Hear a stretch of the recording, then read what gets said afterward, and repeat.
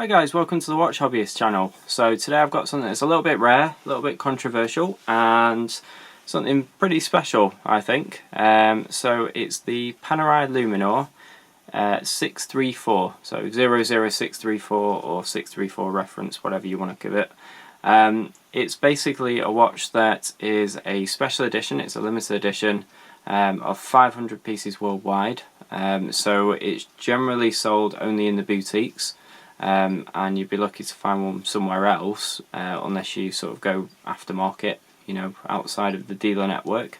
But the watch is limited to 500, and it was basically created as a 15th anniversary celebration of the Paneristi watch forum on the internet. So Paneristi are known as the sort of collectors of Panerai, and the forum is where you join if you want to know anything about the brand.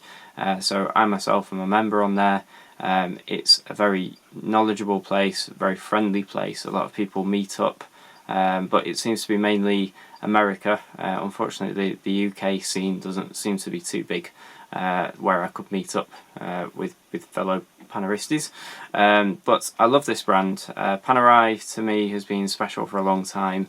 I love Italy, and although this is kind of not an Italian brand anymore, I suppose, I think the DNA is still there of the original watches. I think they all look sort of really unique and fantastic, and different to other watches in similar price points. You know, I mean, every watch from every brand should have its own unique look and unique USP. They shouldn't all look the same, and I don't think there's really too many things that look like Panerai's. So this watch here is, like I say, it's the 634. Obviously this is just a plastic cover, so I'll take the cover off, and what we have is a watch that is based on the base model. So there's Panerai base are known as these watches that look like this, the Luminors, that have no seconds dial, no sub-seconds, no dates, no complications whatsoever. They're known as the base models, and normally base model dictates a bad thing. If you go and buy a base model car, it's got nothing. If you go and buy base model, you know, TV, it's not got the smart features, things like that. That's exactly how it is with the Luminors and with the Panerais, but at the same time people actually prefer that. The reason being that the original Radiomers of the 1940s also had nothing. They just had the time, big numbers, and they were waterproof to sort of 100 meters or so for people to go swimming. Of course, the military was the main user of those watches back then, so they would dive with them, and they were basically a Rolex pocket watch back in the day. With some wired lugs and some different designs to the dial made by Panerai, and they became the Radiomer series. And then Panerai released the Luminor series. I think this was much later on. And unfortunately I don't know too much about the history of the brand because I've not got any books on it, and from what I've read on the internet it seems to conflict. So I get the gist that it's sort of from the 1990s is when the Luminor was released, and the Luminor is famous because it has this section here to the crown. So the Radiomer, I've not got mine to hand right now, I could show you otherwise, but the Radiomer is, you see it doesn't have the crown guard, whereas the Luminor does. So that's the key difference. So the Luminor, the Radiomer on the right hand side has like an onion crown. It's totally unguarded, and this looks a lot more similar to the original Panerais of the 40s. Then you have the Luminor models, which is this, with the crown guard, and basically this is a protection piece. So you have sort of a several section piece there's holes drilled into the actual case, and then this piece is screwed in. So if we look here, so you pop that, so there's actually two screws holding on this piece to the case. They're screwed in, then they've got Loctite on to keep it in place, and you have this little lever here, and what that does is if you can see, hopefully it'll focus.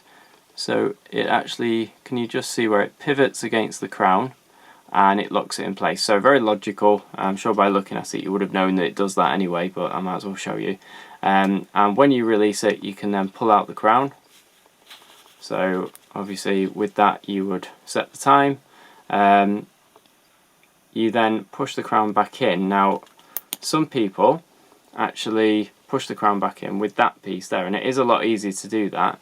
And for me personally it makes more logical sense to do it, but what it actually does is it does put pressure on one side of the crown when you do it, and therefore maybe causes problems with like the pressure on the stem, that type of thing. So some people say it's fine to do it, some people say don't do it at all because you'll ruin the crown and you'll ruin the stem and things like that, so you'll put pressure in the wrong places on the movement. So just be aware that although to open it is fine, maybe to close it you're better off putting the crown in first. You wind the watch when it's in the, when you know it's just in the home position, back into the case, and you can hear, so it's got a nice smooth wind to it. The movement is your standard bass movement, which is I believe 56 hours power reserve, and I think it's made by Unitas, so it's quite common to see that movement in a Panerai. It has quite a slow beat rate, so therefore accuracy may not be quite as good as a faster beat rate watch, although it's not going to be terrible by any standards whatsoever. It's still going to be very good. But if you're coming from the world of quartz going to a movement like this, then you would expect that this is going to be less accurate. But with this model being a base, it doesn't actually have a seconds, so you can't tell anyway. So it's good for the people with OCD about, you know, timekeeping, things like that on the movements, because actually you won't be able to tell, particularly unless you've got sort of a watch timer, as to, you know, how fast or slow it's running. The watch is a little bit controversial, not hugely so, but it has caused a bit of a stir. To the point where somebody actually wrote, even I saw on the internet, an open letter to Panerai about it. But basically Panerai seems to be going down a new route in 2016, and this is the first model to be part of the new sort of range, I guess. So looks very, very similar to the old models, has the same case I believe, but the key differences are the case back, which I'll show you a picture overlay, because it's got numbers on here that I'd like to not show. But basically you have a case back here which you see is very, very thin.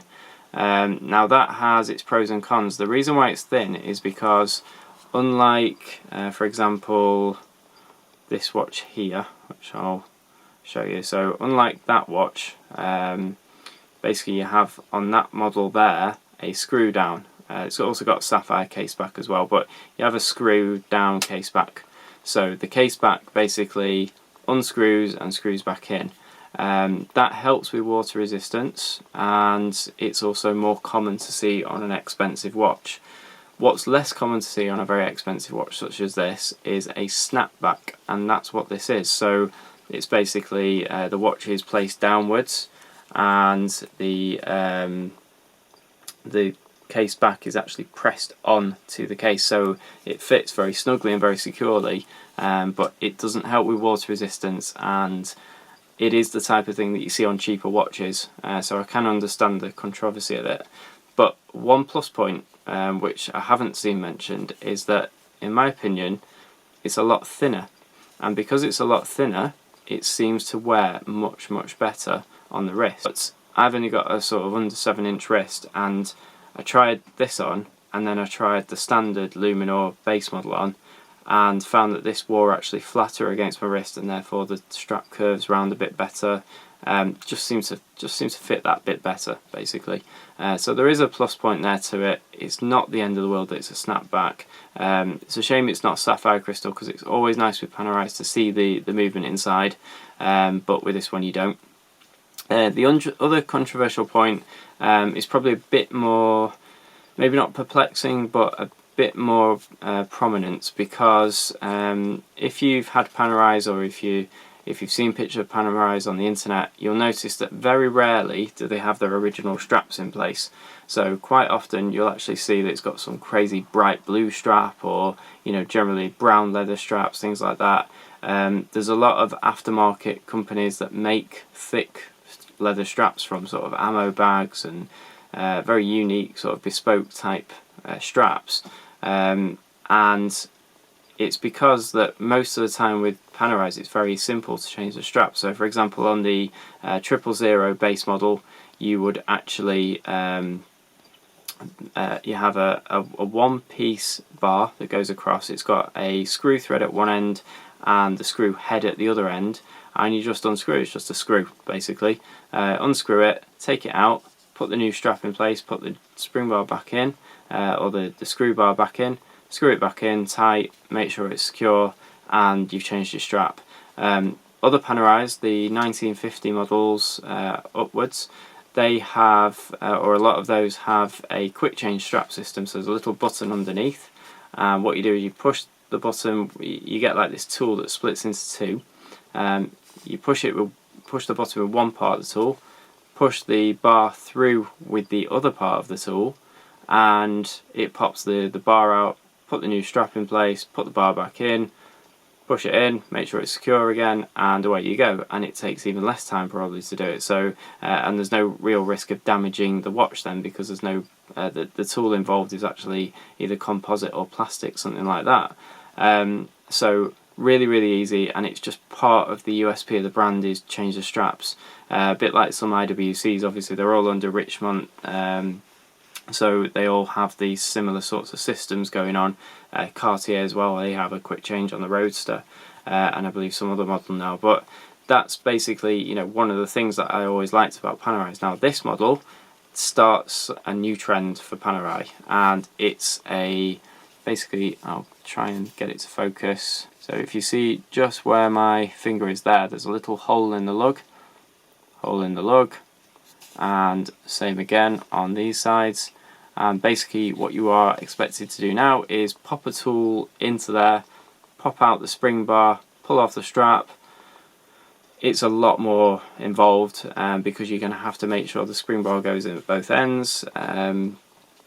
It's just less simple. It's more of a standard strap system, but it's been around for many years, for decades. Certain Rolex models had that, and plenty of other manufacturers have done it as well. So it's completely normal to see it, but it's just that Panerai have sort of taken a backward step in some ways with that, because instead of having that first and then going to the quick change and various things like that, they've started off with what's a pretty easy system and gone now to this. So a lot of people aren't happy about that, and that's fair enough in my opinion, because it is a shame. I can't see how much difference in cost it would be to machine a screw bar rather than what they've come up with. But this is a cheaper watch at the end of the day. Now it's only £100 cheaper than the 000 base model in the UK.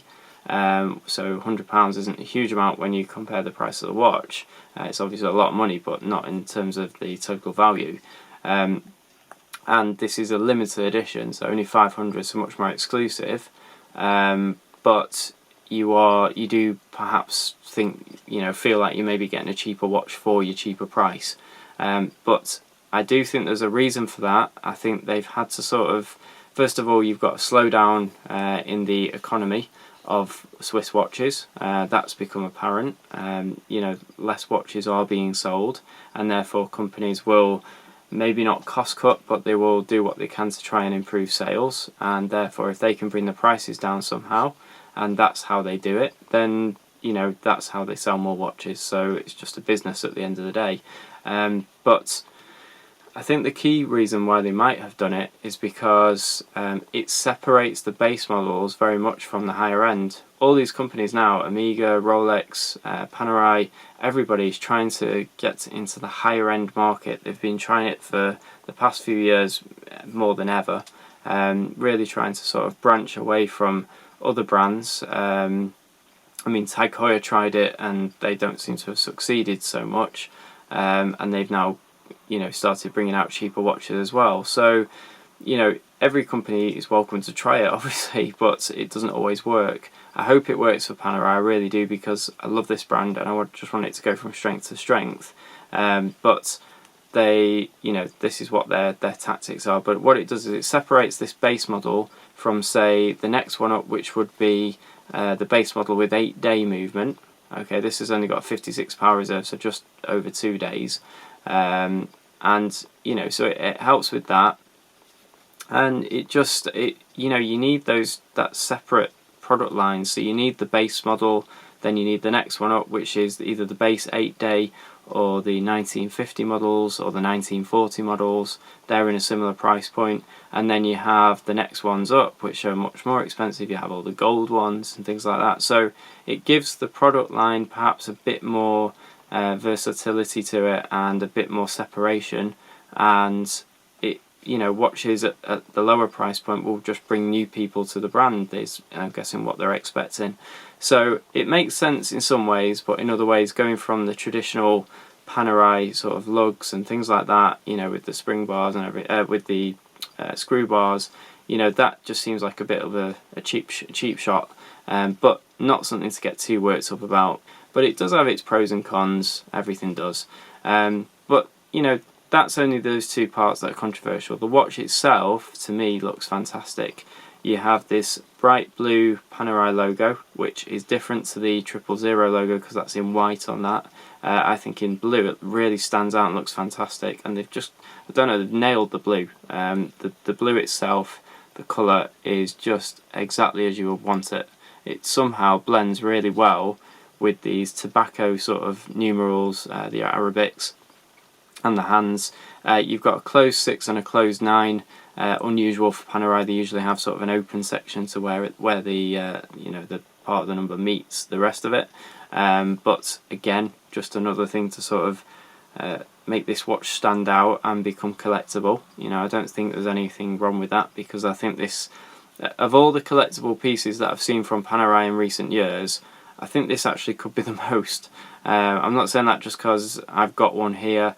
I think, you know, it genuinely does have the scope to be collectible, hopefully for good reasons, because it is a new trendsetter. It started the new line of Panerais, possibly, from what I've heard. And it's still an incredible watch. You know, it's still a great everyday wear watch, and it's very unique looking, has really nice colouring going on. It's just a really nice piece in my opinion. So like I say, there's only 500 of these. If you can get your hands on one, retail in the UK is about £3,400. I believe it's about 4,200 US dollars, something like that, and something like 5,500 euros. So that gives you an idea of the retail price. And you will struggle to get one now, because I believe that it was about halfway through 2015 when they were actually announced, this model. But it's, you know, I think they only came to market actually at the end of 2015, so therefore there might still be the odd one sat in a shop somewhere. So it's well worth ringing around if you're after this watch. But beautiful watch. I forgot to mention as well, you've got the domed sapphire crystal. So you can see there the effect of that. The other thing as well with the snapback, I can't remember if I mentioned it, but it's 100 meters water resistant, and I believe there's less sealing to the crown, but that could just be something I read. So, you know, just be aware that it is only 100 meters water resistant, so if you're going to go diving with it, it's probably not as suitable as a 300 meter water resistant Panerai 000 for £100 more. But I also believe that they're stopping production of the 000 this year, is what I read. Again, I don't know if that's correct. So, you know, now seems to be the time to buy a base model, because unless they release something at SIHH that's sort of in a similar price bracket to this, it would be unlikely that you're going to be seeing a cheap Panerai such as this, or the 000, you know, for a while. So just bear that in mind. And it's 44mm case, wears well on a under 7-inch wrist. I'll try and post up some pictures, and please make sure you subscribe to the channel. Leave a comment if you like this, or by all means leave a thumbs up. Really, you know, it's really nice to see those. It gives me inspiration to bring you new videos. thanks for watching, and I'll see you again soon.